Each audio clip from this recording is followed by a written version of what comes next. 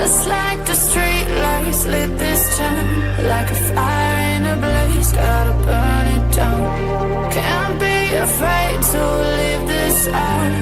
We got this far, don't know how. I see danger in your eyes. They know we'll burn down the night. Coming just like the sunrise. You know that we're gonna let it rain. Tonight, we're gonna let it rain. Tonight, we're gonna let it rain. Just like the sunrise, we're gonna let it rain. Now.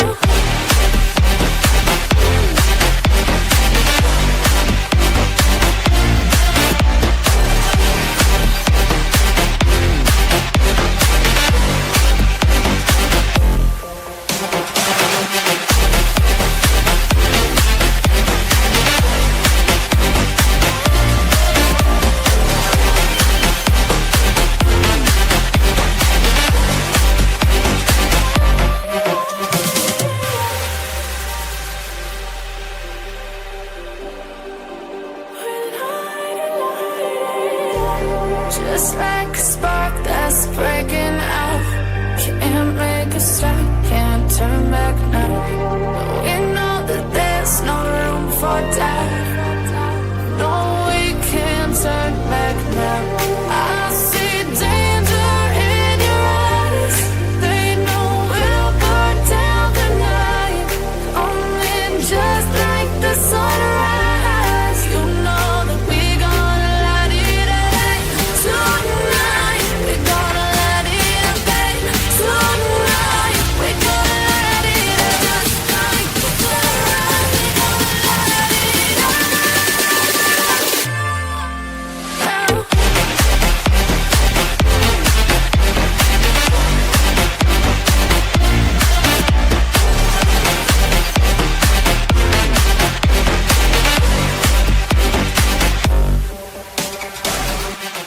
Ember. Oh, Ember. Miss Ember. Oh, great, Ember. Tell me what I'm doing. Hey, Ember. How you doing? Appreciate you, Ember. Love Ember. She's great. We will be yelling at Ember. Bottom of the barrel Ember bullshit. Oh my God, Ember. Ember. Ember.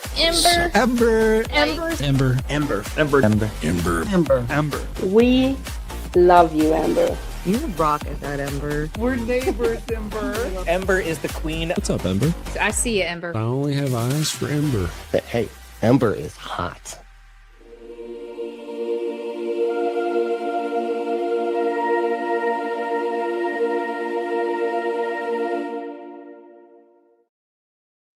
Hello, everyone. Happy Monday. I mean, hopefully it's a happy Monday. I mean, you survived. You're here. You have made it farther into the future than any human in recorded history. So congratulations for that. I think you may be muted, Kelly. Yeah, I can't hear you. Nope, now you're muted in streaming. I think your microphone is like turned off or unplugged or something. Live broadcasting, folks. No, I got nothing coming through. I don't see anything in your mic settings.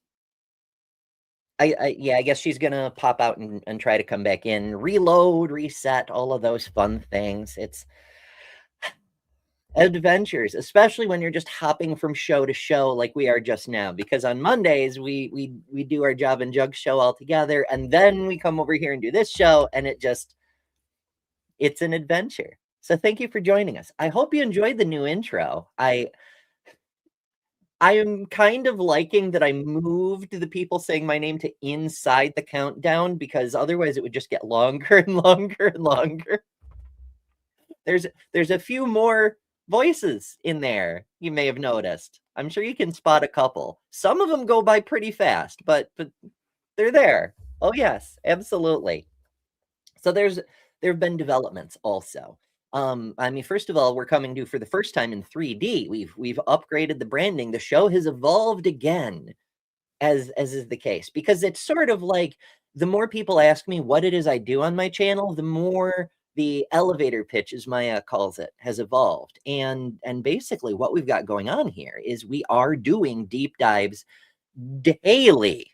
Holy shit. And that really needs to be emphasized. And so we're going to emphasize it. We put it on the label. I also revised the overlay a bit. Instead of having that annoying thing across the bottom saying where my links are and whatnot, I already have the thing up in the corner. I just added the .com to the end of it. And now it's cleaner, it's more efficient, it takes up less space. It's wonderful. And hopefully y'all enjoy. There's also been happenings over the weekend. As you may recall, I've been making Space Pride flags because of this original thing back in January 20th. Someone shared with me again that my post, or rather a screenshot of my post, is going semi-viral again. Back in January, for January 20th, well, I should go back further. In 2024, NASA researcher Rachel Lenz created a pride flag out of NASA images. In 2025, the incoming administration deleted it. So for January 20th this year, I collected back all the original images and I rebuilt the flag, and then I upgraded it to the more inclusive current version. And there it is. The plus and minus to it is that it's not the actual post I made that's going viral.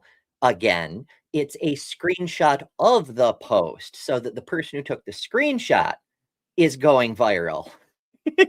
And it's creating some difficulties because this specific post that someone shared with me this morning, it has people in the comments selling other flags, but I can't post mine because I'm not the poster. You know, it's a screenshot of my post in a group. So this is a bit of an issue, but I do want to point out that I feel considerably better about the price of my version of the flag, because here someone has taken the original version, Rachel Lenz's version, which was public domain, and is selling it for $40. Whereas my version is only $29.88, and it's the upgraded version. So I constantly feel like I need to apologize because, you know, pride flags like this one, where it's just single colors and things, are relatively cheap. This one's small. That one's a full-size flag, but like a full-size version of this costs around $18, and this costs a lot more. But it's because of the detail. It's not just color. It's NASA images printed, and so it costs a little bit more. But now I feel less bad because even though it's $30, people are taking a thing they didn't even make and are selling it for $40. It's fine. But that's not the only place either. This was sent to me, I think on Saturday. I think it's a Tumblr post where, as you can see, it's the same screenshot. Well, the same basic screenshot. I assume they've all taken their own screenshots, but I don't know. I understand this is Tumblr, and it had like 20,000 notes, whatever that means. I don't Tumblr, as you may be aware, but at least this person included a link to my website. So there's that. That is a plus at least. Furnace, link us the original post, we can repost it. I don't actually have a link to the original post handy, but what I will say, well, we can try to find it together. So let's open a new tab. Let's go to betterthanember.com. This is a Threads post, so let's go to threads.net/@betterthanember. And there I am on the threads. And I've been creating, it opened in a new tab. There I am. I've been creating more flags, right? So there's sticker versions, there's additional flags, so on and so forth. Also posting my normal posts and whatnot. But here's the original post that everyone's screenshotting, and I can copy a link to it. That's handy. So yeah, we'll just bloop. And I am still creating new flags. I'm still trying to expand the flags. In fact, I have another one that you guys get a sneak preview of. Behold, the non-binary flag. That'll be going up probably later today. So yeah, stay tuned for more flaggage and things, because we do love our flags around here. You saw me. Hello. Can you hear me now? Yes, that I is saw much that old better, commercial. Can you hear me? Can you hear me now? right? I'm here. Oh, goodness. See, you changed the name too. Mm-hmm. Yeah, And a lot of people, for some reason, people don't like learning. The name Learn Together Live was off-putting to some people. I don't know. So yeah, we're trying. Oh, but I Yeah. was saying earlier is that I see that you added more people on your little video about you. Give you Oh, compliments. Add more the people people on there. saying I my saw. name. Yeah, I still like Britney's the best though. Oh yes, yeah. Brentley is forever going to be at the end. But Yeah, that the was the one best from one. Chris Mallard, even though he Yeah, was that reading was a cool script at too. the time, saying I only have eyes for Ember, going right before Brentley, I'm like, that's too perfect. That was perfect. Yeah, I love it. I was like, okay, I see what you're doing. I see what you're doing. Oh, good. But yeah. Oh, Fern's excited about the NB flag. Yeah, Hey, Fern. it's so neat.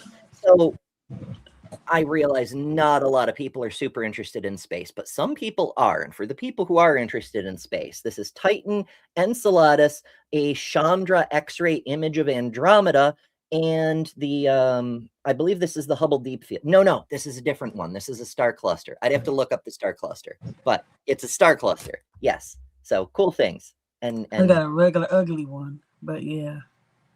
There's nothing wrong with a regular one. It's non-binary, so I'm a supporter of Yeah. mine.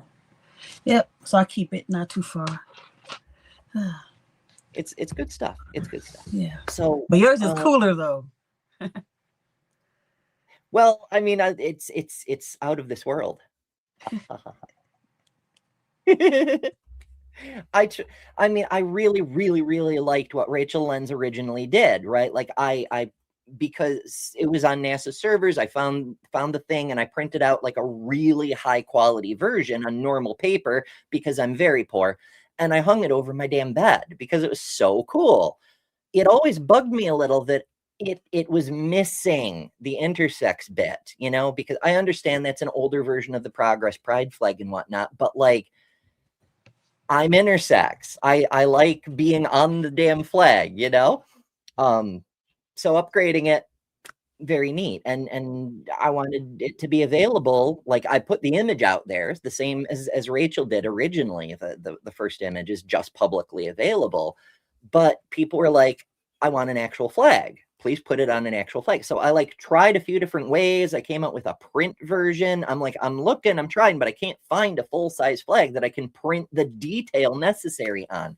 And then finally I did find one, and now that's available. And people are loving it, which is neat. Yeah. But also some people are very, very poor, like myself, and can't afford the full-size flag, like myself. I mean, I would have a copy if I could afford it, but I'm very, very poor. But I did figure out a way to make stickers, right? And I don't mean like stickers. I mean stickers, like big stickers. These freaking things are 5 inches long. It's like the size of my hand, and they're $6. So it's considerably more affordable. And as a bonus, you can stick them on things because they're a sticker. You want to put them on your laptop. You want to put them on your desk. People put stickers in all kinds of. I have stickers on my laptop. Yeah. So it's a thing. There's stickers too, and they've been selling fairly well. Oh, good. I'm very pleased to say people are loving it, despite the fact that all the traffic is going to people resharing the screenshot rather than the actual posts. I am excited for coming through that are picking up copies, and there's a chance that I might, between what I do manage to get from YouTube and proceeds from the sales of those, making the other custom flags and whatnot, I may actually be able to pay my rent this month. So that's neat. Oh, goodness. I hate we have to worry about stuff like that. Like I always say, I don't care if I'm not rich or not, but to be able to pay for a bill without sacrificing something, that's all I want. Yeah. I don't have to be like, I'm going to pay the rent or pay my light bill. I shouldn't have to choose. That's the only thing that I'm, when I think about it. Yay, capitalism. It's All not right, we've got wonderful. impatient people in the chat. I should average Catholic convert, you're clearly new. And since you're new, just take a second and hit the subscribe button. We always take a few minutes in the beginning to cover errata and tangents and things to try to minimize how much they pop up in the rest of the show. And the beginning of the show seems to be the optimal place to put it because people are still wandering in. It usually takes people a good 15 minutes before they actually notice that we're, even though we start live the same time every day, it takes people a few minutes, and that's, you know, it's cool. We want it to be like this your channel, and you set things up the way you want on your channel. Yeah. Sorry. Yeah. And also, a lot of people are here because they're members of this community, and it's like about the community as well, because this is a live, it's not a pre-recorded. So we engage with people, we talk to people, and we all feel a sense of connection about things. And so people care about what's going on in the community. Some people anyway, and other people are just like, yeah, Ember's Whatever. off thing about flags again. I'm gonna get a coffee and I'll be back, you know. Say la vie. But all right, so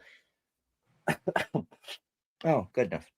You all right? Damn it, I'm leaking again. Excuse me for a moment. I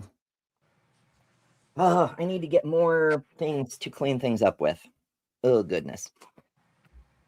In any case, yeah, Fred says I care about the merch. I'm so glad you do. And Miranda says we're here for the tangents. Yeah, some people come here specifically for the tangents. Yes. Come for the tangents, stay for the science. Hell yeah. All right, so that's fucking hell. One of these days I'll find a doctor that'll like see me or fucking, oh my god. All right. You know what? I'm gonna suggest everybody take a little break to hydrate, and we will get back to we'll get to Aquinas as soon as we come back. But this is taking longer than expected. So we'll hydrate and we'll be back in 60 seconds. Hey folks, I've been working hard on my health, and so far I've lost over 140 pounds. A huge part of good health is hydration. That's why I'm thrilled to partner with Epic Water Filters. Check this out. Not only can you say goodbye to expensive bottled water, but these filters are made in the US, so no tariffs, and they're made to fit your life. From these lovely pitchers I can fill from, to sink units, to portable filters that fit in your reusable bottle. With Epic, I can refill from nature's water sources and not have to worry about bacteria and whatnot. But also, send back a used filter to be responsibly recycled, and they'll send you a free replacement, saving you and the earth even more. Want to save a ton of money, be healthier, and build a better world? Head to epicwaterfilters.com and enter code EMBER15 at checkout for 15% off. Don't settle for random water. Upgrade to Epic. All right. I know more capitalism. It's fine. Yeah. Capitalism help you is good capitalism though. Well, I mean, that's one that I try to run every show because it actually is like a sponsor partner thing, and I try to fit it in where I can, but I don't know if it's actually going to come up on today's show, so it's all good. All right. Aquinas. I'm always confusing Aquinas with that other guy, Anselm, which actually does come up. It does have some bearing on this. So Anselm was an 11th century dude who came up with a version of an ontological argument for God, which is ontology is what the thing is, right? So his whole thing was you can imagine the greatest being, and that's your imagination, though. To exist is greater than to not exist. And so the greatest being must exist. And you can no doubt you could probably imagine how every step of that is just riddled with absurdities and flaws.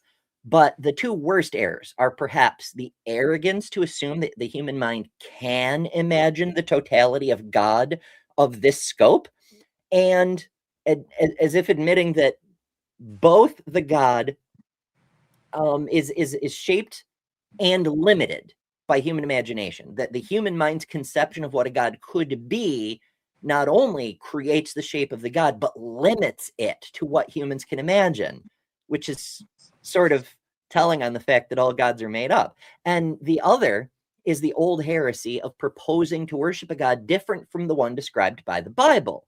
Now, maybe there is a greatest being of perfect morals and inconceivable might who, for some reason, is very absent from this world, but that isn't the God in the Bible.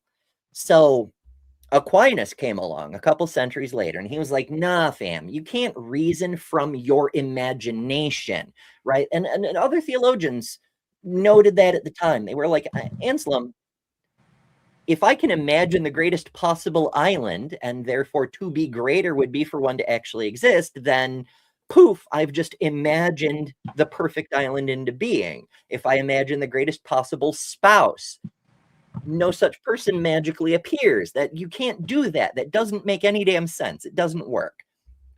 So Aquinas is like, nah, fam, you can't reason from your imagination. You have to reason about what's real. Just do it backwards from your conclusion. Yeah. You shouldn't reason backwards from your conclusion. You're only going to find your conclusion at the. That's not how reasoning works. That's, well, motivated reasoning, but there's a reason that's flood logic. That's a fallacy. That's no good. So, I've mentioned a few times that a lot of people don't really understand Aquinas's arguments, and that's fair, because even the people who talk about Aquinas's arguments don't really understand Aquinas's arguments, and they're hard to hold in your brain because for a few reasons. First is they boil down to a couple of arguments. It's just different forms of the same thing, and so your brain recognizes this is the teleological argument, and so it just collapses it into the teleological argument instead of Aquinas's own whole thing. So we're going to get into what and why. These also aren't the only arguments. Like I often say that every apologist argument today is derived from Aquinas's.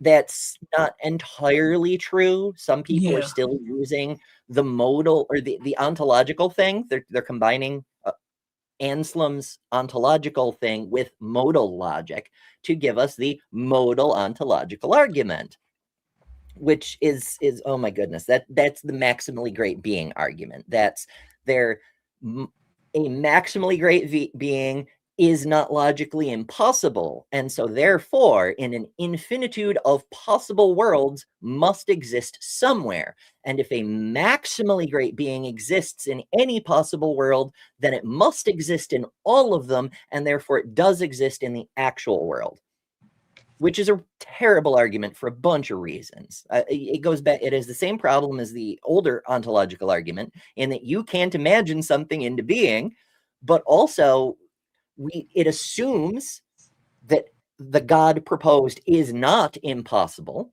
which is a hell of an assumption.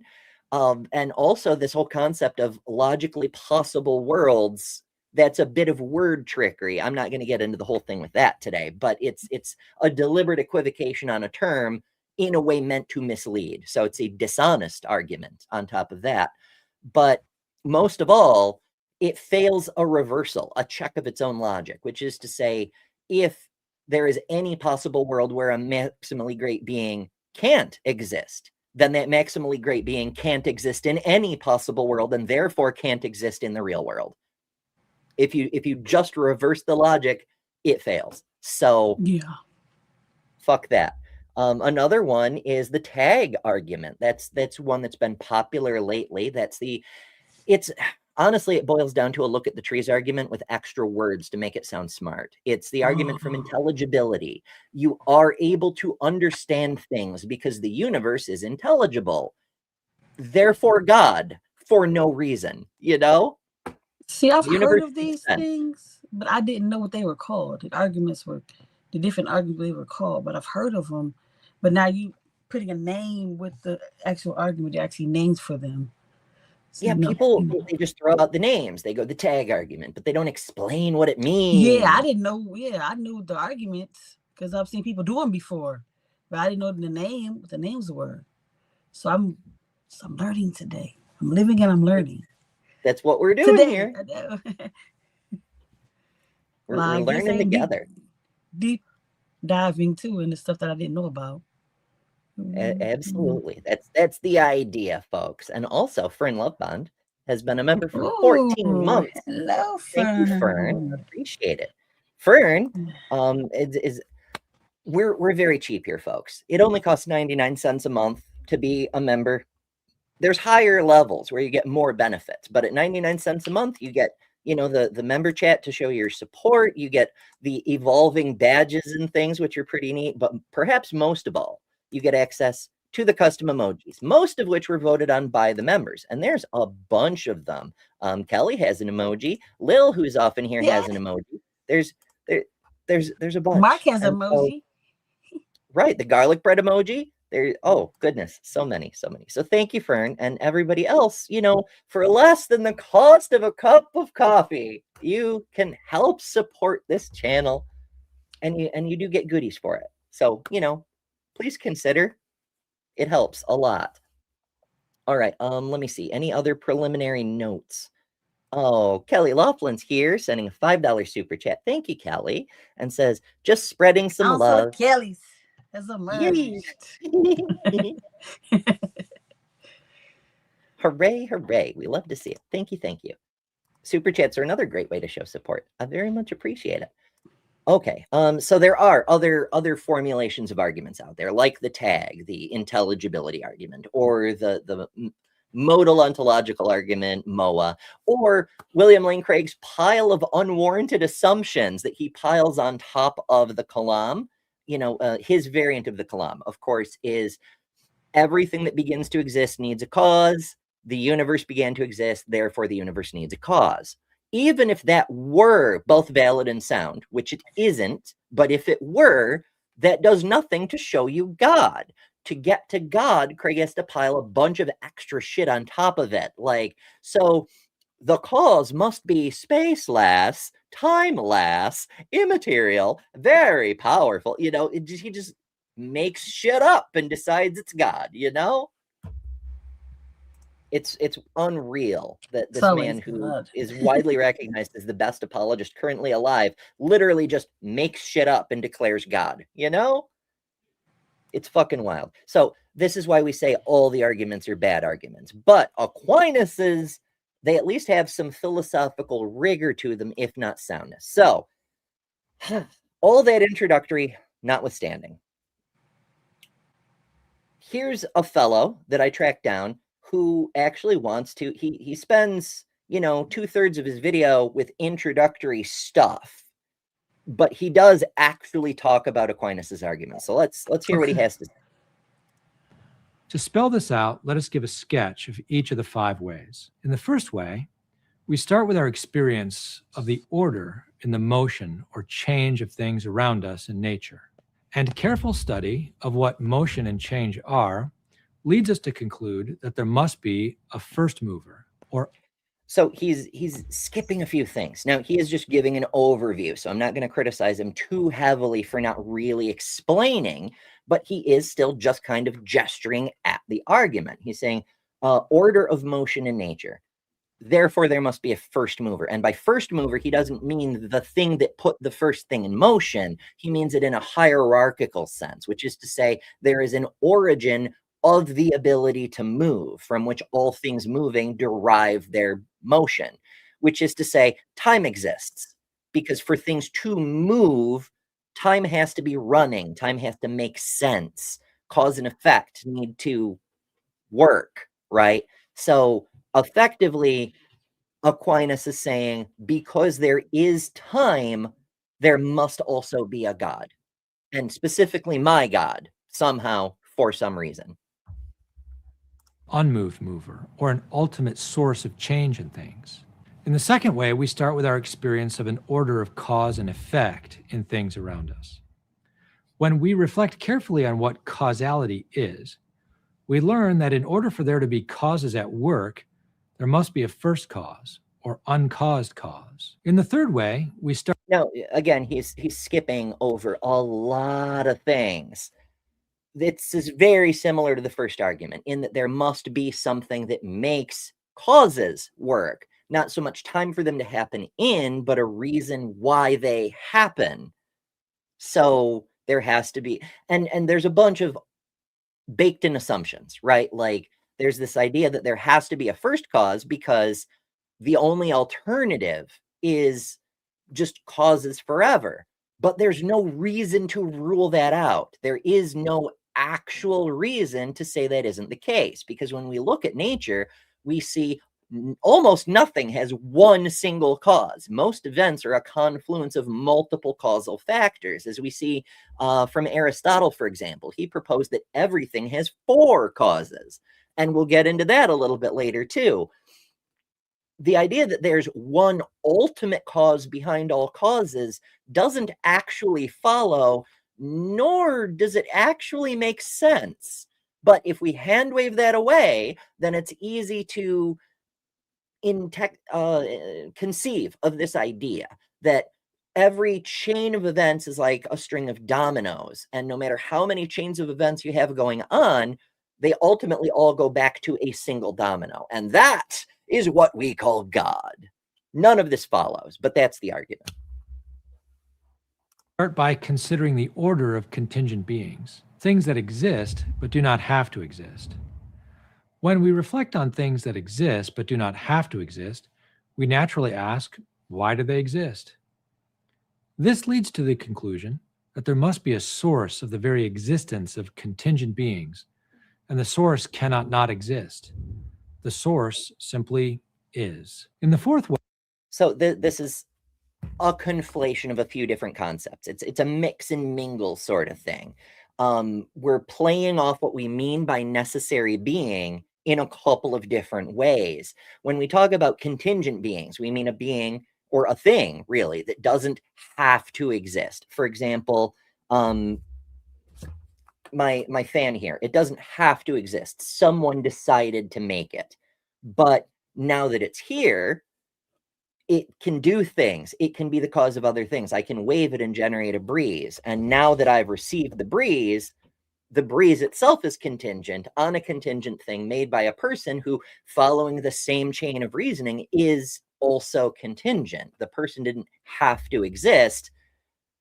Other humans decided to make that human. And if you follow this chain of contingency all the way back, for the same reason, we're going to reject an infinite regress, which is to say no reason, we just don't like the entailments, then there must be a single thing at the front of all that contingency. It's effectively another first mover argument, but formulated a slightly different way.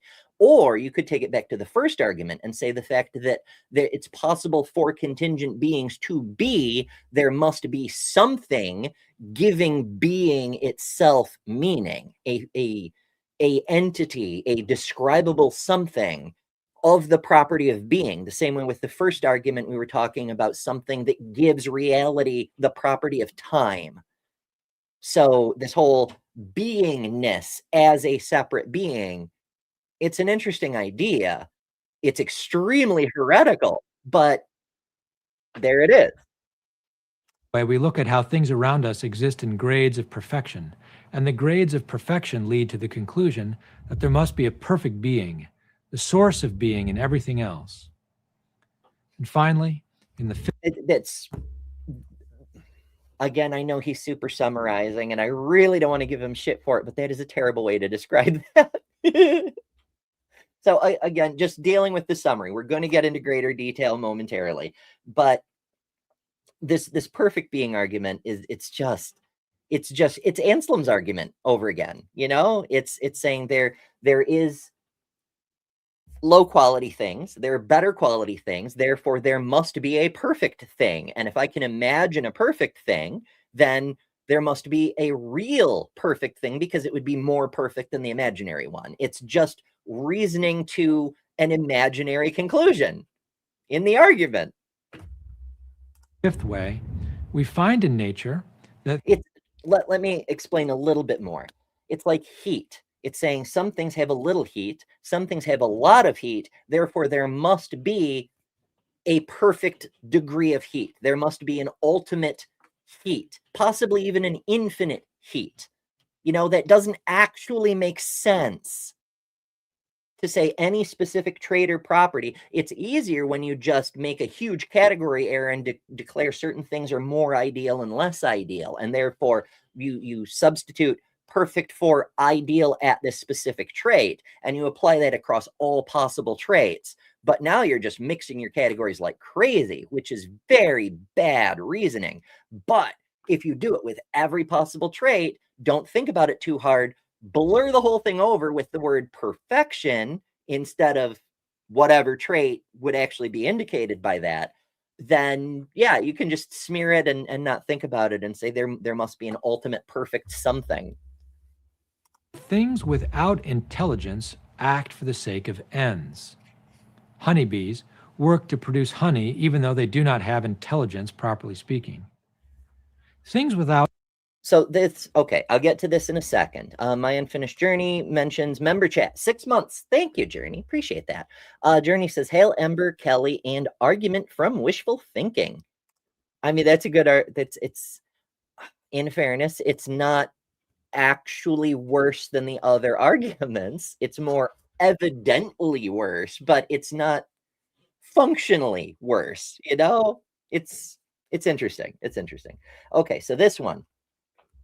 Things are acting to an end, to produce a specific goal, right? Like this is Aristotle's form of purpose, right? The one of the causes of a thing is what you want to use that thing for. What is its intended function, right?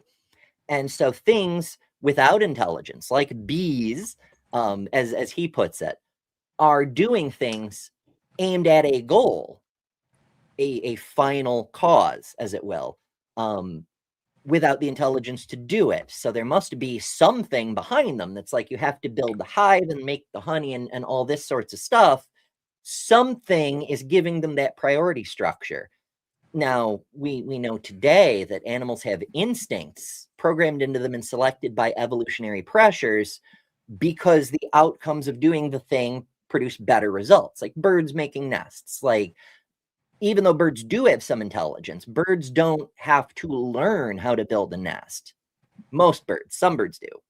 The point is, there's an instinct. Beavers have an instinct to build dams. It's specific knowledge for things to do in the outside world, programmed by evolution because it produces better outcomes. Birds nesting in trees gives better outcomes than nesting on the ground, where every random critter wandering by can steal your eggs. And being able to build a good nest keeps the eggs in the tree, so you get more offspring and better outcomes. It's not that there's an intelligence programming these things per se. It's just a gradual... We're looking at the long-term development of something over billions of years and saying, hey, that works kind of okay. So it must have been put there on purpose yesterday. You know, it's no, that's not how anything works, bestie. Say la vie. All right, so that's the basics. He's got more to say. I'll let him go on a little bit more. Yeah. Intelligence cannot work for the sake of an end unless a higher intelligence is directing them. This leads us to conclude that there must be a supreme mind or intelligence behind it all. Now, what I have given... Again, super summarizing, so I won't hate on him too hard, but none of those things follow from the previous thing he said. Here are just sketches of the arguments, and one can spend a lifetime considering all the issues surrounding them. But even the sketches give us a way to begin meditating on the presence of God in the world around us. God is present in things, moving them, causing them, giving them being, and directing the course of everything. Cool. So from that we get every plague, every earthquake, every tsunami, every volcanic eruption. It's all according to the super benevolent God's great plan or something. So amazing, wonderful, fantastic, and things. But as I said, very, very few people can really explain what the hell Anselm was or not Anselm, Aquinas. Like I said, I always confuse those two. What Aquinas was up to. Right, it says objection, assuming facts not an evidence. Right. Because, like, even if the things he said were true, even if they pointed to some super powerful something beyond our comprehension, we still don't know what the thing is. It could be Allah, it could be Vishnu, it could be Odin, it could be Nil, the great not God and creator gods. You know, we don't know from that argument. So that's not super helpful. But say lovey. All right, let's go to the actual article. This is I tried to find a few different articles, and in this case, as is so often the case, Wikipedia is actually the best one because so many just like glaze over the things. It's almost like the people didn't bother to find out what they were talking about and learn about it before regurgitating it. But Wikipedia has the advantage of being editable, sourceable, and you know, you can undo edits too, right? So it's like a collective wisdom kind of thing. Britannica actually did a study once, and I mention this periodically, but every video is somebody's first video. Britannica found that Wikipedia is more factually accurate than Britannica, which is interesting as well as ironic. And the reason is because Wikipedia can be updated in near real time, whereas Britannica has to wait for the next annual edition to come out. So when we learn new stuff, Wikipedia will have it first, you know, that kind of thing. Oh my, oh my. All right. So let's begin here. What our priest fellow from the other video was talking about is the 5 ways or the 5 proofs that he put forth in the Summa Theologica, which is a summary summa, right?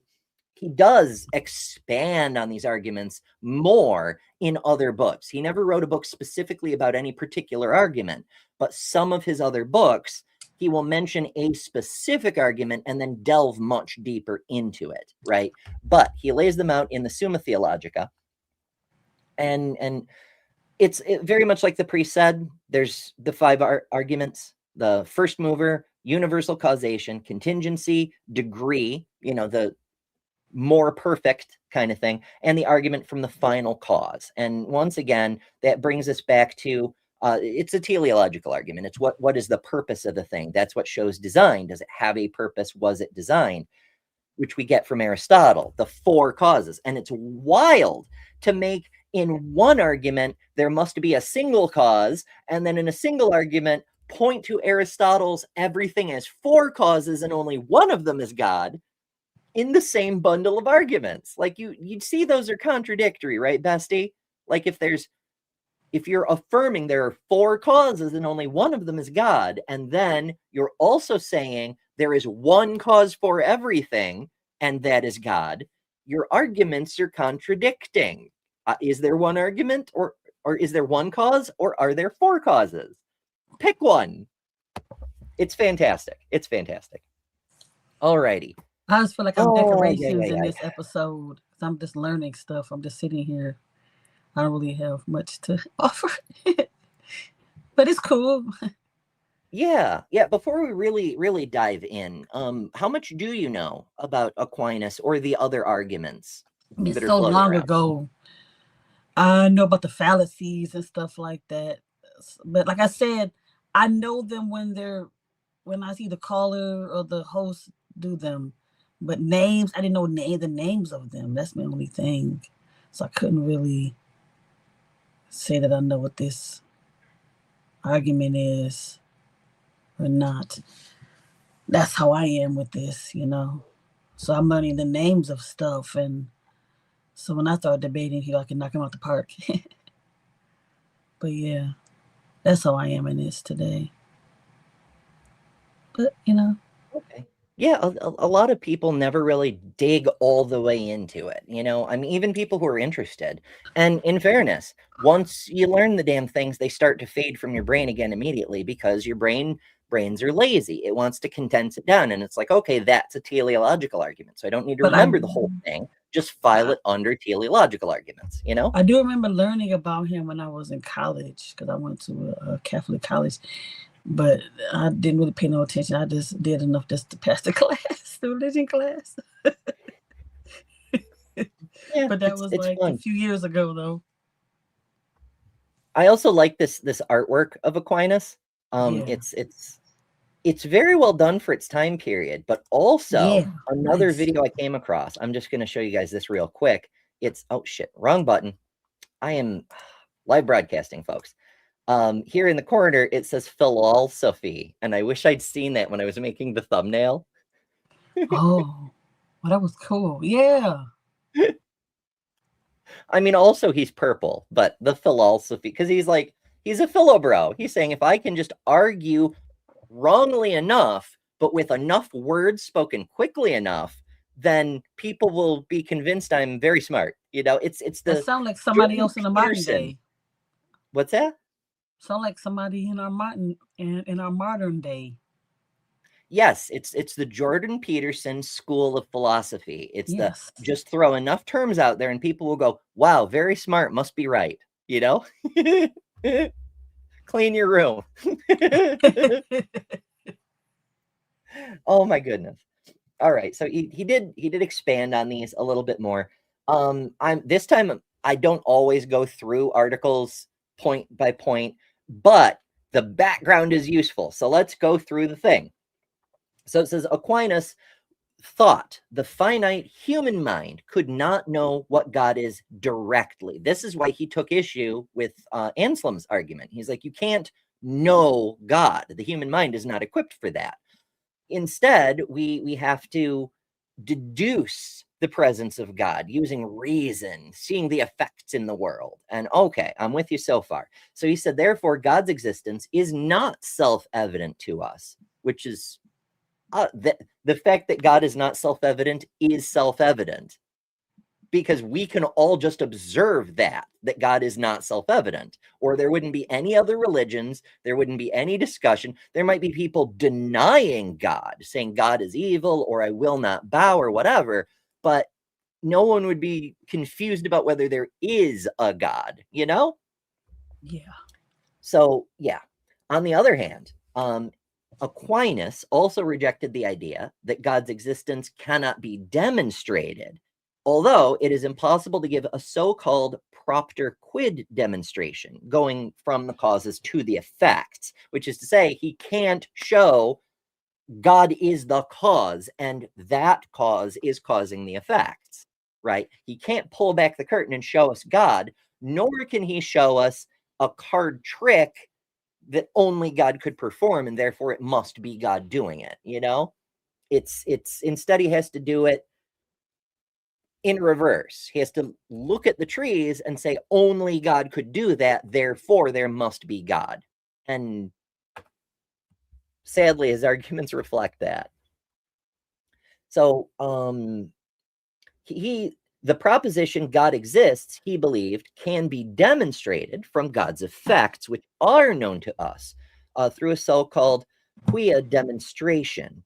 However, Aquinas did not hold that what could be demonstrated philosophically would necessarily provide any of the vital details revealed in Christ through the church as special revelation, quite the reverse, which is an interesting thing for him to note. It's true that while he can demonstrate there must be something to the universe, maybe it's even a supernatural something, he cannot demonstrate it's the God of the Bible that's behind it. He has to make that leap.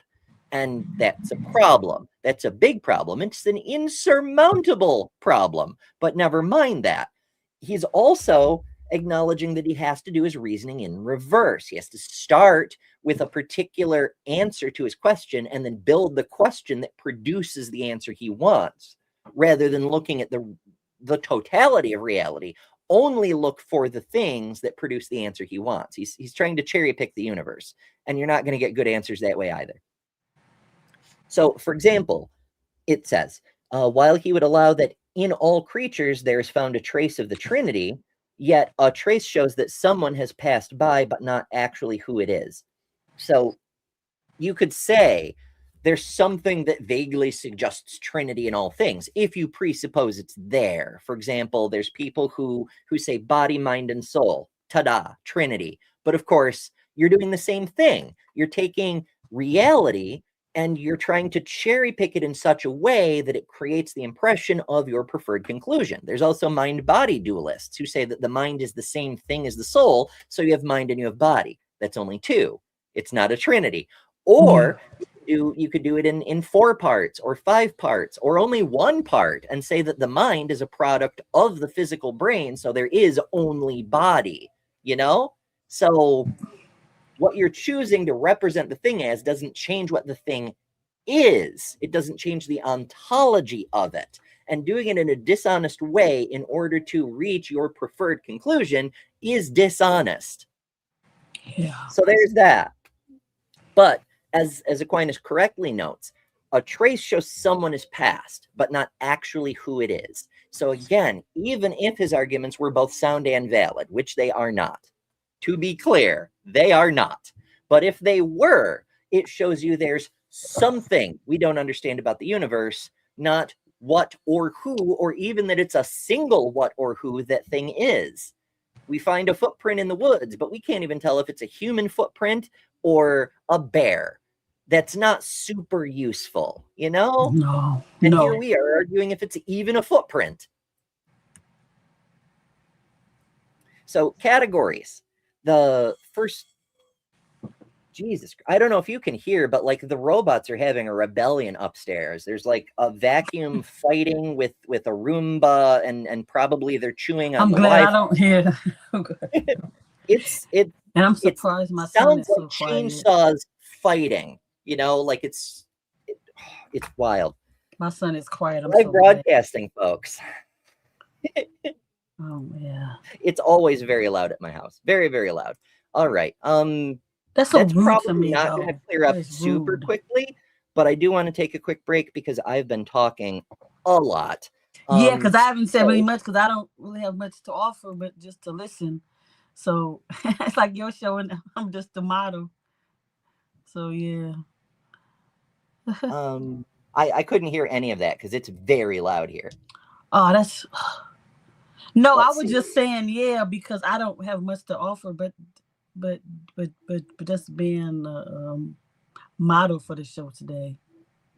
Yeah. Space candy, or eye candy to some, maybe. Hey, being eye candy is fine too. It's all good. It's all good. Yeah. All right, so we're gonna take a quick break. Here's one I don't run as much as I used to, but it's what happens if the people who don't even understand Aquinas take over the world. You know, kind of like we have right now. We'll be back in a couple of minutes. I have a problem with this stuff being normalized across the spectrum, and specifically, like, why push this on kids? Why introduce this to kids? I am a depraved wretch. I am a great sinner. I'm a worm, completely undeserving of any love or any grace. I'm nothing. I'm nothing. You're incapable of being a good person. You're an evil person. You're a terrible person. At the core fabric of who you are. That's why we need laws. We need laws because we're bad people. All of us are bad people. You can't spell Pride Month without demon. PRIDEMONTH. If we don't know who the women are, because they are just people, then we won't be able to pull the women up to equality with men. You have to try to limit the harm. And that means reducing or keeping down the number of people who transition. And that's for 2 reasons. One of them is that every one of those people is a person who's been damaged. But the second one is every one of those people is basically, you know, a huge problem to a sane world. Transgenderism must be eradicated. The LGBT, transgender, grooming our children's minds is a national security threat. We need to hold people for treason, start having some public hearings, and start executing people. I will use whatever gives me victory. I don't care about the truth, and I don't care about the law. I care about one thing, the control. But then they rigged the election, and now we won, so I'm going to be your president. Then what happened is they rigged the election, and I became president, so that was a good thing. I agreed with many, many things you said during, in fact, probably more than most other candidates when you were running for president, but I still would not have voted for you because you're an Indian. I just want to say I feel good about the Republican Party. I feel good about where we're going as a nation. We're killing all the right people and we're cutting your taxes. It was actually a tremendous blessing to these children for them to be killed and go to heaven and be with God. We've been hoodwinked. We've been taken in by an ideology crafted by creeps and then pushed on children. Stop letting people pressure you into thinking. If they die, they die. I want to be ignorant, honestly. Being a Christian doesn't exclude us from experiencing spiritual dryness. We're bad people. All of us are bad people. And if you're experiencing spiritual dryness, as always, remember, head over to epicwaterfilters.com and enter code EMBER15 at checkout for 15% off. Don't settle for random water. Upgrade to Epic. Every time I see the videos, more stuff that I look at. And I'm sorry, but a lot of people that have such the hatred of the LGBTQ community, many times they're self-reflecting. They don't want to admit that they are. That's what I see a lot of times. And I see you have our friend in both videos, in your intro and in this one. That's a funny. Oh yeah, absolutely. Although, in fairness, I have to say, the fighting robots are now directly outside my door. It's amazing. This video, the one that I just played, the Apologist Supercut, that was already a thing, and I kept adding segments on as I found things. Yeah. He decided to be an evil person and demonstrate exactly what happens when you make the same kinds of apologetic arguments as those people and join their group effectively. And so I just added him into the thing where he did he just say what I thought he said? He did not say what I thought he said. But he said a few other things that I was like, put that. He was like, no, he was like, that's enough. Yeah, it's wild. But the names at the beginning, I must confess, I actually made specifically because of the things he said, because it tickled me. Like here he is on like 4 days after being on my show, complimenting me on the quality of the production and how well put together it is and how smoothly everything's running and how good the content is generally. 4 days later, because he was mad at me personally for various reasons that we don't need to get into right now, all of a sudden it was bottom of the barrel Ember bullshit. Yes. Intellectual consistency. It's fine. You all right with me though, Ember? All right with me. Well, hey. It's a whole thing, but I'm not going to get into the whole thing right now. No, it ain't worth it talking about it. Talk about these arguments. It's better. Andrew says the robot rebellion cannot be heard from the audience. Don't worry. I'm glad my noise cancellation is working, but it is getting taxed. Like right now, just as I pulled that chat up, something banged against my door. I'm like, they're coming for me. We got you, about to save you. I know. That's your internet family gonna save you. Oh goodness. Oh, so yeah. Anyhow, all that covered. Back to the adventure. Categories. So there, the first three arguments, like we mentioned in the beginning, the first three are basically all cosmological arguments. And Aquinas did omit arguments that he thought were lacking, that were insufficient or unsuited, like Anselm's ontological argument, which wasn't great. I can imagine the biggest possible pizza slice. Poof, it didn't magically appear. That doesn't work. So let's see. A summary of the version of the 5 ways is in the Summa Theologiae. This is a fun little tidbit.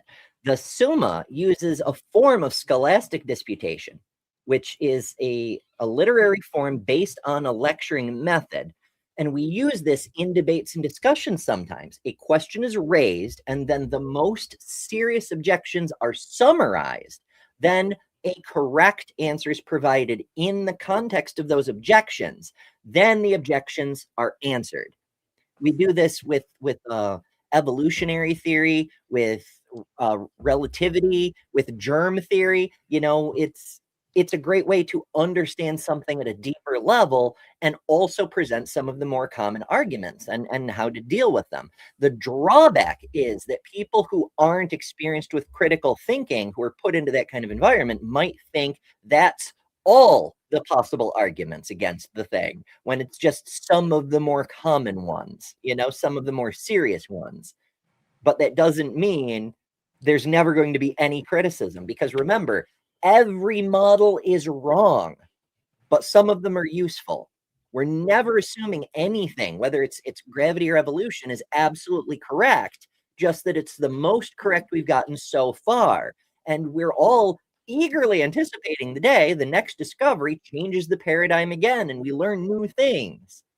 We're not trying to be right. We're trying to be less wrong. Yeah. Yeah. Fern says, isn't it Anselm, not Anselm? I don't actually know. I never met the man. He lived a very long time ago. But as I understand it, I'm pronouncing it the way that seems right to me, because his name is Anselm. Jesus Christ. See, I'm always transposing the letters too. Yeah, I thought it was Anselm. Anselm. Versus, right. It's, yeah. Words are hard. English is hard. Let's see. Right, so Aquinas elaborated on each of the 5 ways in more detail in passing in multiple books. So the first 2 ways relate to causation, right? We've got the reason things can happen, and we've got time, things can happen, and then we've got cause, things do happen. When Aquinas argues that a causal chain cannot be infinitely long, he does not have in mind a chain where each element is a prior event that causes the next event, like the dominoes thing that most people seem to refer to. In other words, he's not arguing for a first event in a sequence, and that's an important distinction. He's not saying there's a first domino, there must be a first domino, which lets him kind of get around the infinite regress problem. It doesn't get around the chain of single causes problem, but that's neither here nor there. He's trying to just dodge the whole question by saying what he's referring to is that a chain of concurrent or simultaneous effects must be rooted ultimately in a cause capable of generating those effects. So it's a sufficient cause argument more than a first cause argument. So in this case, the first cause is, like we said earlier, hierarchical rather than temporal. It's saying that he's looking at ripples in a pond and saying there must be a rock that caused those, right? And that's a somewhat fair deduction, because you're seeing lots of ripples. There must have been a sufficient cause, something capable of producing those ripples, which could be a rock. And it's true, it could be a rock.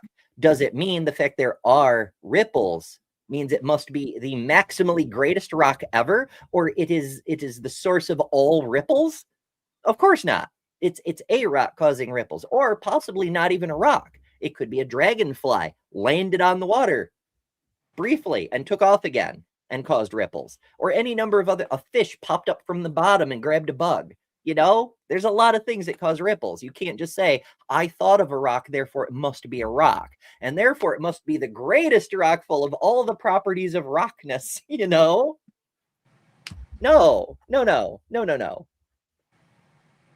But it is an interesting idea that because causes require something capable of producing those causes, if you follow that back, logically speaking, then you come to a possible position that there is something causing the ability for other things to have effects. That we don't really have a reason to think so, but I can kind of see how he might get there, you know? Fern says he's trying to describe temporal causality. It's kind of cheeky to claim that you're not discussing a temporal first cause and then use it to describe the reason temporal effects occur. yeah, he's trying to get around the issue, and it's not working, but he does try. He follows the distinction found in Aristotle, Physics 8.5. It's probably supposed to be like a Pavlov reference or something. In any case, it was developed by other scholars later on that a causal chain may be either accidental. Socrates' father caused Socrates. Socrates' grandfather caused Socrates' father, but Socrates' grandfather only accidentally caused Socrates. Socrates' grandfather never intended to cause Socrates. It was an uncontrolled, it was a possible outcome, but it could never have been an intentional outcome, so it was accidental. Or an essence, which is to say a stick is moving a stone because a hand is simultaneously moving the stick, and thus transitively, the hand is moving the stone. And we do this one instinctively, right? Like if I move my mouse and click on something, we might colloquially say, I've clicked on something, even though I clicked the mouse and the mouse clicked on the something. We just transitively apply that causation across the interface. So, right. And Jealous makes a first cause argument misunderstood, I guess, is his publication. He says, an accidental series of causes is one in which the earlier cause needs no longer exist in order for the series to continue. An essential series of causes is one in which the first and every intermediate member of the series must continue to exist in order for the causal series to continue as such. To example, if you have a chain of dominoes, you can knock down the first one, and once the chain gets going, you can take the first one away. But if you're using a mouse to click on things, if you remove your hand, the mouse will no longer click on things on its own.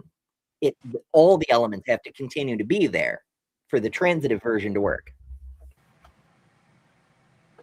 So Aquinas' thinking here relies on what would later be labeled essentially ordered causal series by John Scotus, not to be confused with the modern group of rich old men and one woman.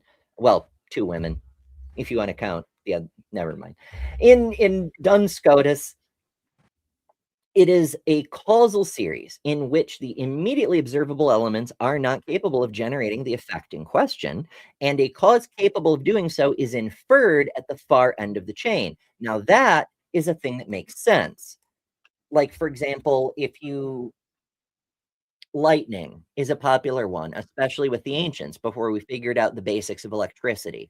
We see something happen, bang, lightning. Holy shit, that's a big effect. What caused that? The clouds are just poof. Surely that much power couldn't come from the clouds. So we infer there is a sufficiently powerful being with the ability to cause lightning bolts. Behold, there's Zeus flinging his lightning bolts around. It makes sense. It explains, but that doesn't make it true. The fact you reasoned back to it, it's still not sound, because just supposing there's something capable of causing lightning bolts because you don't understand doesn't mean A, there is a something in the way you're picturing it, or B, that the something you're imagining is the thing that's truly there. And this is the big problem with all of Aquinas' arguments, they boil down to an argument from ignorance. It's ultimately they're God of the gaps, They're more sophisticated, absolutely, but it's saying, here's a thing that I've observed. I can't explain why that is, therefore God. That doesn't actually explain, why, which God, how do you know? How did God do that? Like, that's not understanding. That's excusing yourself from the obligation to understand. It's a refusal to reason. It's a rejection of rationality. It's not just irrational, it's anti-rational. And that's one of the reasons I take such a dim view on all of these arguments for God. But I digress. So Aquinas rejected that reason, to his credit. He didn't like that kind of thing. So he rejected that reason. I'll restart the sentence. This is why Aquinas rejected that reason can prove the universe must have had a beginning in time. For all he knows, and can demonstrate, the universe could have been created from eternity by an eternal God, which is to say the universe could be infinitely old, or it was created yesterday, but with the history back made because God is eternal and he can do that. Who's going to tell him he can't? So he accepts the biblical doctrine of creation as a basis of faith, but not reason. You can't get to Genesis from logic. You can only do it by faith. For a discussion of a causal chain argument that is based on a created beginning, see the Kalam. And there's Lobar Bill burying that bar in hell. He was in that super clip of apologists that we saw moments ago. Amazing. All right, we're swiftly running out of show, faster than I had imagined. So we have a deeper explanation of the 5 ways, and I really want to get to these. But first, I really need to like wet my throat some. So we're going to take another quick break, and then we're going to hammer these explanations.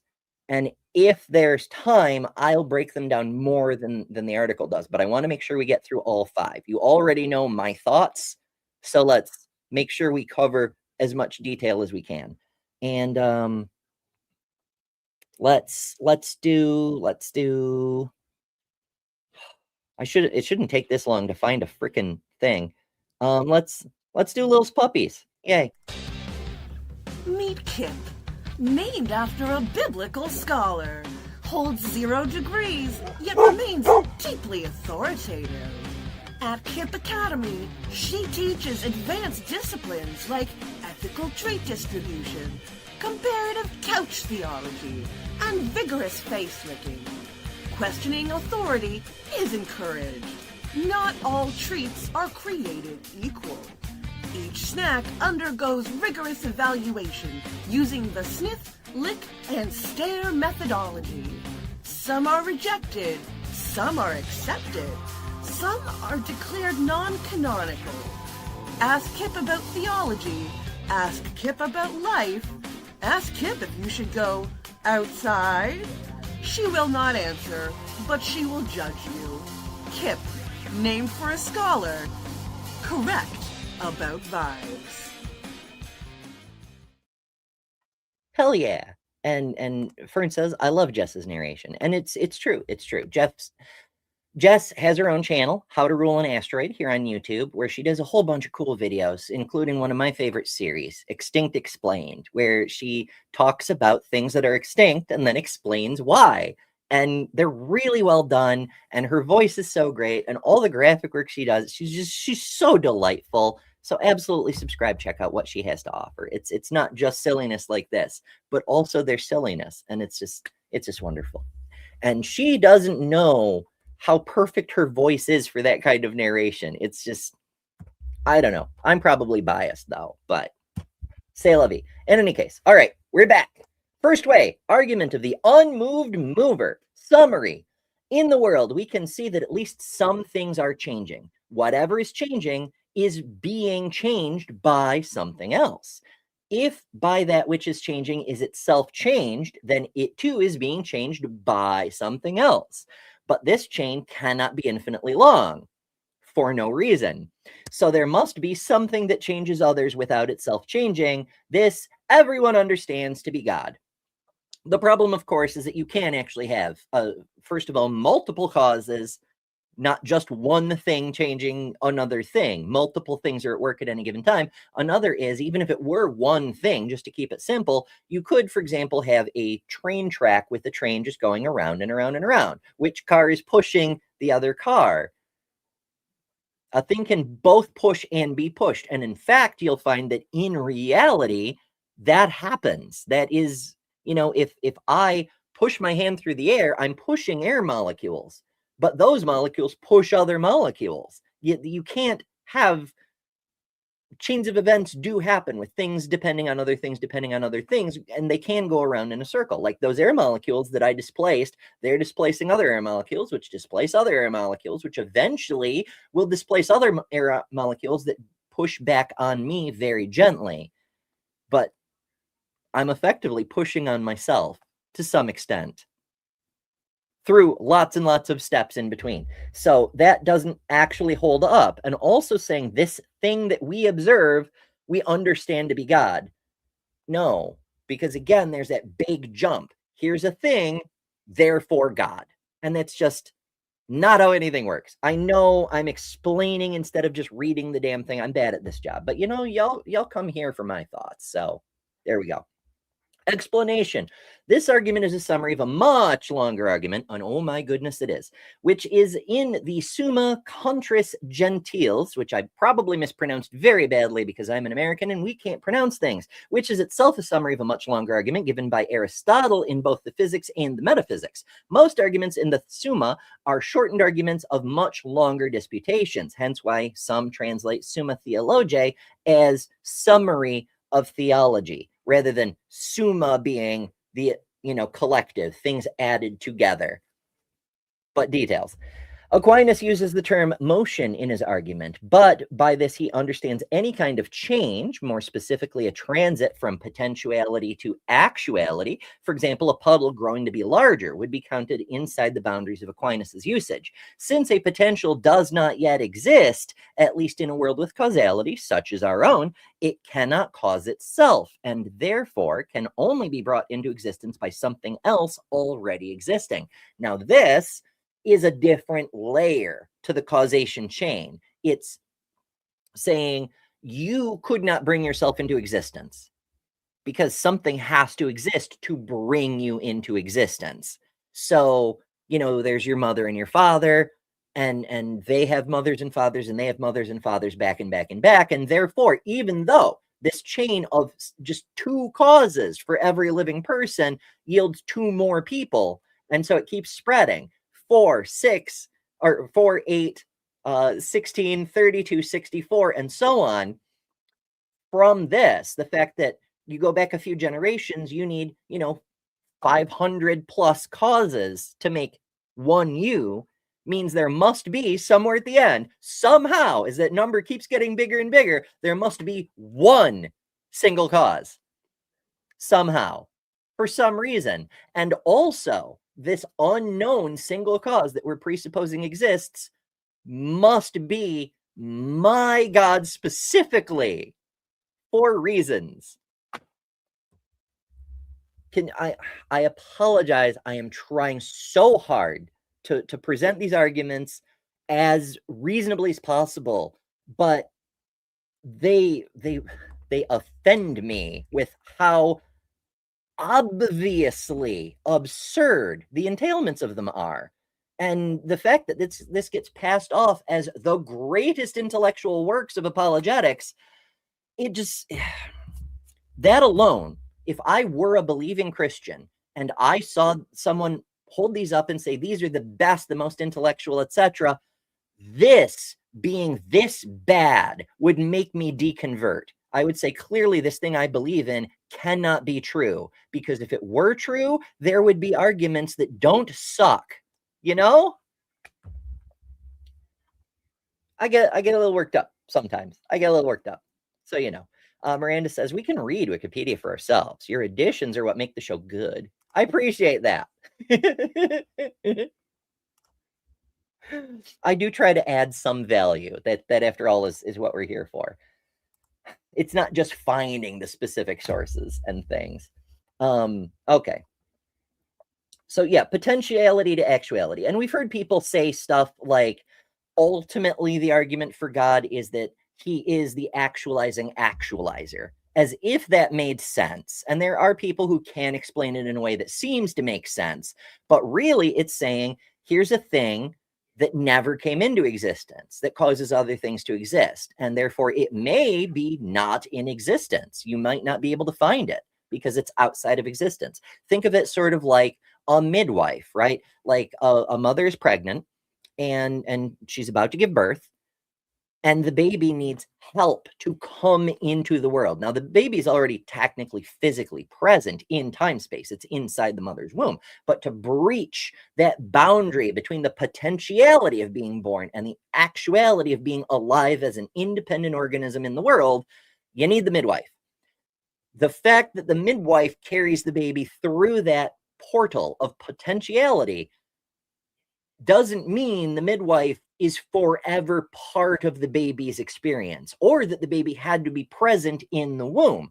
Or if you want to do it in a certain weird hypothetical way, it could go in the other direction where the midwife were theoretically, hypothetically present in the womb, but stayed in the womb after the baby was pushed out. So the midwife might not even exist in our world. It might be an entity that's only outside our world in this hypothetical womb illustration, but isn't in reality, but was still necessary to push you into reality, or at least push reality into reality so that you could exist as an accident of reality, or something like that. It's very strange, but there we go. Oh, I know we're running out of time very, very quickly. I'll just move on to the second way, the argument of the first cause. In the world, we can see that some things are caused, but it is not possible for something to be the cause of itself, like we previously discussed, because this would entail that it exists prior to itself, which is a contradiction. Not always, but not important. For that gets into some very specific things. If that by which it is caused is itself caused, then it too must have a cause. But this cannot be an infinitely long chain. Again, for no reason. We just don't like the entailments if it is. So there must be a cause which is not itself caused by anything further. This everyone understands to be God. Again, the same jumps in reasoning, the same non sequiturs, the same things that don't follow, the same unfounded and untrue assumptions and assertions. It's the same argument from an outside perspective. It's looking at a different thing in a different way, but it's making the same mistakes, and it's aimed at the same thing. It's a cosmological argument, you know? One thing that does lighten our day, though, super chats from Lil of All Trades, who sends us $5. Thank you, Lil, and says, just popping in to say, I love the Empress. Well, thank you, Lil. I hope you can drop by and hang out with us more tomorrow. But what is time, right? It's an issue. Okay. All right. So where the hell was I? The chain cannot be infinitely long. Yes, everyone understands to be God. No one understands it to be God. You just assume it. You just declare it. You just call it on faith. Whatever. As in the first way, the causes Aquinas has in mind are not sequential events, but rather simultaneously existing dependency relationships. Aristotle's efficient cause. Now, remember, we've got the four causes. We've got the material cause, the thing it's made of, the efficient cause, the thing that does the causing, as you might say, the final cause or the purpose, that's what it is for. Why is it being made? Shit, what's the other one? I can't quite see. Formal cause, how it's made, what you shape it into, the form it takes, right? Okay, so before we were talking about later we talk about the final cause, but this is the efficient cause. So again, we have four causes, but also it's only one cause because reasons. Oh well. Oh, ay. Oh, Jess is here with some goodies in the works. Yay! More goodies coming soon. We were just talking about you. Did your ears ring? You may have heard. I don't know. But that's Jess's channel, How to Roll an Asteroid, right there. Go subscribe and watch lots of things. After this show, watch lots of things. All right. Where the hell was I? Right, not sequential events, Aristotle's efficient cause. Plant growth depends on sunlight and water, which depend on ideal atmospheric activities, which are governed by more fundamental causes, and so on. And there's a reference. Aquinas is not arguing for a cause that is first in sequence, but rather first in hierarchy, a principal cause rather than a derivative cause. The fact that things can be caused must be caused by something. It's a meta cause, you might say. Third way, time and contingency. In the world, we see things that are possible to be and possible not to be. In other words, perishable things. But if everything were contingent and thus capable of going out of existence, then eventually everything would perish and nothing would exist. But things clearly do exist now. Therefore, there must be things that are imperishable, necessary beings. None of that follows. Like, if my table is made of wood, the tree that it's made from is dead. It perished. The wood, it's still wood though, like that. None of that follows. I could get into it in greater detail, but we don't have time. Some necessary beings, now we have multiple necessary beings here, and we need to get this to a single God. Some necessary beings receive their incorruptibility from something else. These necessary beings, which give the power of incorruptibility, may also receive their incorruptibility, and those who give them their power may also receive their incorruptibility, and so on. But this cannot go on forever. Again, we cannot have an infinite regress for no reason. There's no reason why. We just don't like the entailments, so it can't go on forever. And so we come to a necessary being that has not received their necessity and is necessary in itself. And this everyone understands to be God. Now, this is a slightly different way. We're talking about contingency, things that don't have to exist or things that aren't eternal, and things that are eternal. We're looking at that eternality, that not passing away. And that's what we mean by necessary being in this context. A thing that doesn't ever stop, that incorruptibility. Well, the incorruptibility must come from somewhere, and that source of incorruptibility, where the incorruptibility flows from, is God. Now, in the modern argument, they say stuff like the necessariness, the essence of what it means to be necessary flows from God. Much like the moral argument, people say that what it means to be moral flows from God. None of this follows. It's assertions upon assertions, claim upon claim, non sequiturs like crazy. And most importantly, none of it talks about the God of the Bible. In fact, it describes a quite different entity. And also worth noting, even if all of these things were true, sound, valid, etc., they don't entail that they're all the same being. Causation and necessity and all these other things, they could be from different beings who share some properties but are distinct entities, assuming they even are beings. Holy shit. All right, I gotta move on. We're running out of time. Fourth way, the argument from degree. We see things in the world that vary in degrees of goodness, truth, nobility, etc. For example, well-drawn circles are better than poorly drawn ones. So the argument goes, healthy animals are better than sick ones. Again, pluses and minuses, for the animal, certainly. Moreover, some substances are better than others, since living things are better than non-living things. There's a lot of subjectivity in this. And animals are better than plants, some might say, in testimony of which no one would choose to lose their senses for the sake of having the longevity of a tree. I know people, never mind. But judging something as being more or less implies some standard against which it is being judged. Well, no, it doesn't. Because like with many things just mentioned, it's completely subjective and arbitrary. Are you sure being an animal is better than being a tree? Some people would argue, It's saying my intuition is somehow objective, and therefore there must be an objective standard. It's just a justification for you saying your own bullshit is somehow cosmic. No, that doesn't follow. For example, in a room full of people of varying heights, at least one must be the tallest. Therefore, there must be a being whose essence is the tallness. Wild. Therefore, there's something which is best and most true, a most being, etc. Now, this is another flaw in the argument.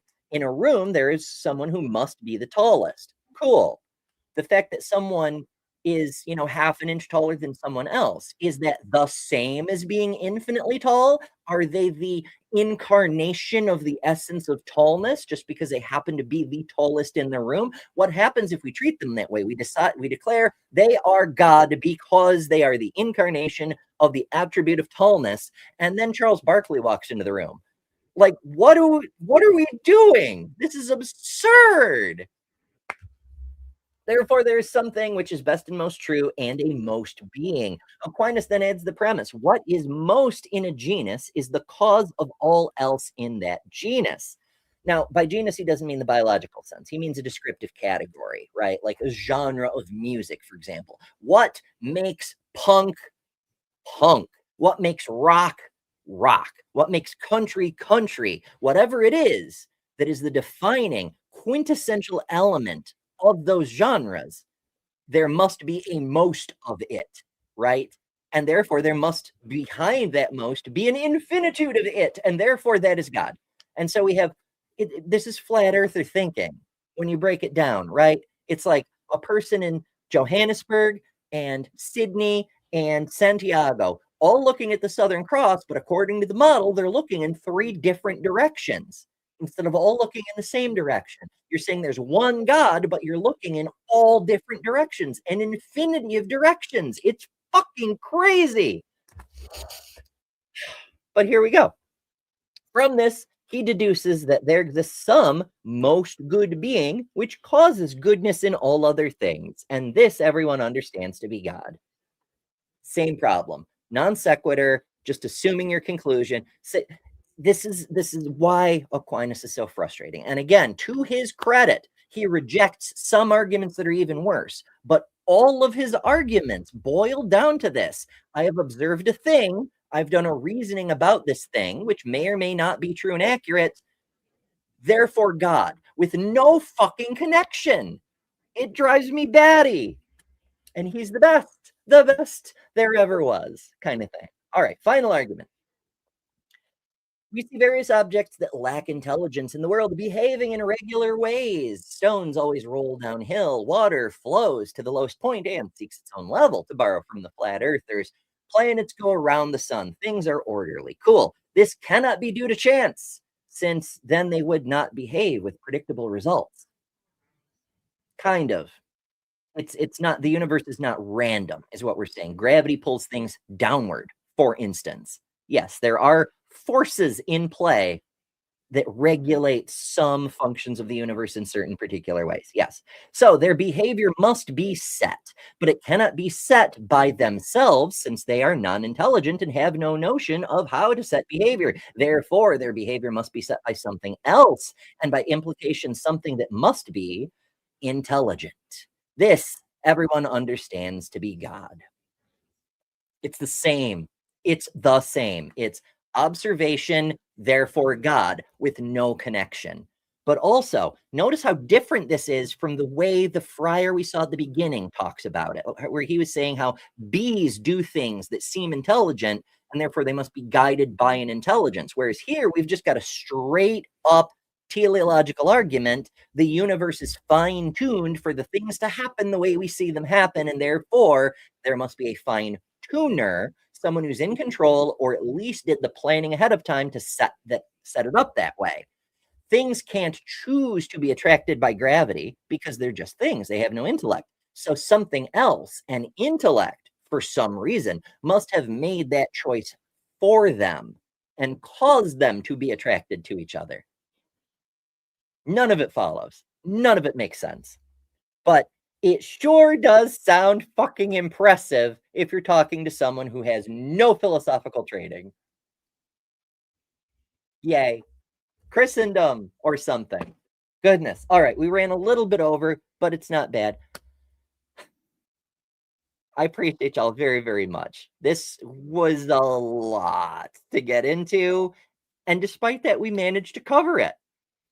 Of course, there's more to be said. There's a lot deeper we could go, but this is a 90-minute show, and we just did something that, to my knowledge, has never been done on the fucking internet, and we did it with breaks and tangents. So thank you so much for joining me. Thank you for subscribing, being part of this community, helping us grow, helping spread the word about what we're trying to do, pushing all the buttons. You are the epistemology that makes my ontology possible. I'm going to be in a philosophy mode all day, aren't I? Oh, goodness. All right. As we're here every weekday at 11 a.m. Eastern, so make sure you subscribe. Come back, join us. We've got more cool stuff coming up. Give me just a moment, and I will tell you what the hell is coming up later this week. Let's see. We've got tomorrow, mansplaining. Where did it come from? Why is it a thing? Why do people use that term? All that stuff. We're going to get into it. Mansplaining, deep dive.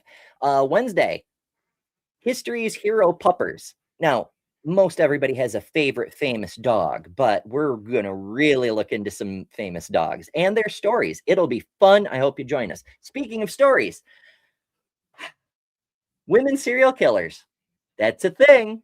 It gets overlooked by the True Crime Podcast, although sometimes they get brought up, but often not in a whole lot of great depth. It's just sort of a passing mention, a Black Widow scary thing. Occasionally you'll get a biography of a specific one or something, but we're going to really look into them to the degree we can live in about 90 minutes-ish. And then Friday, we're closing out Black History Month with Dr. Jewel Cobb, the woman who would not accept no for an answer.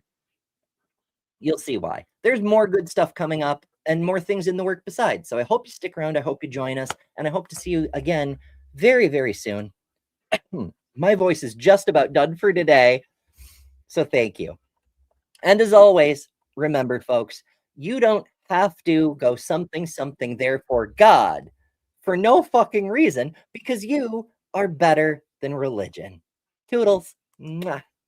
Thanks to all our patrons and top-level members for January. Miranda, Karen Butcher, Jessica the Transmetal Alchemist, Robin Webster, Maya Adkisson, Jimmy Tux, Ian Chen, Lilith, Ember Lynn, The Barely Bearable Atheist, Eric Wander, Jason Jacoby, Lil of All Trades, Deviant Outcast, Secular Feelinist, Kelly King, The Detroit Atheist Queen, Geo Sam, Thriver Scapegoat, The Godless Engineer, Why Because Weed Bro, and Katie Bluebird. And you can add your name here next month by signing up at patreon.com/betterthanember or by joining Emberships here on YouTube at the Cinder level, which also includes all the custom emojis, tons of member-exclusive content, member-only live streams, and a bunch of other stuff. I deeply appreciate all the supporters who keep this channel going. Thank you so much. Because of you, we're building a wonderful community that I'm very proud of.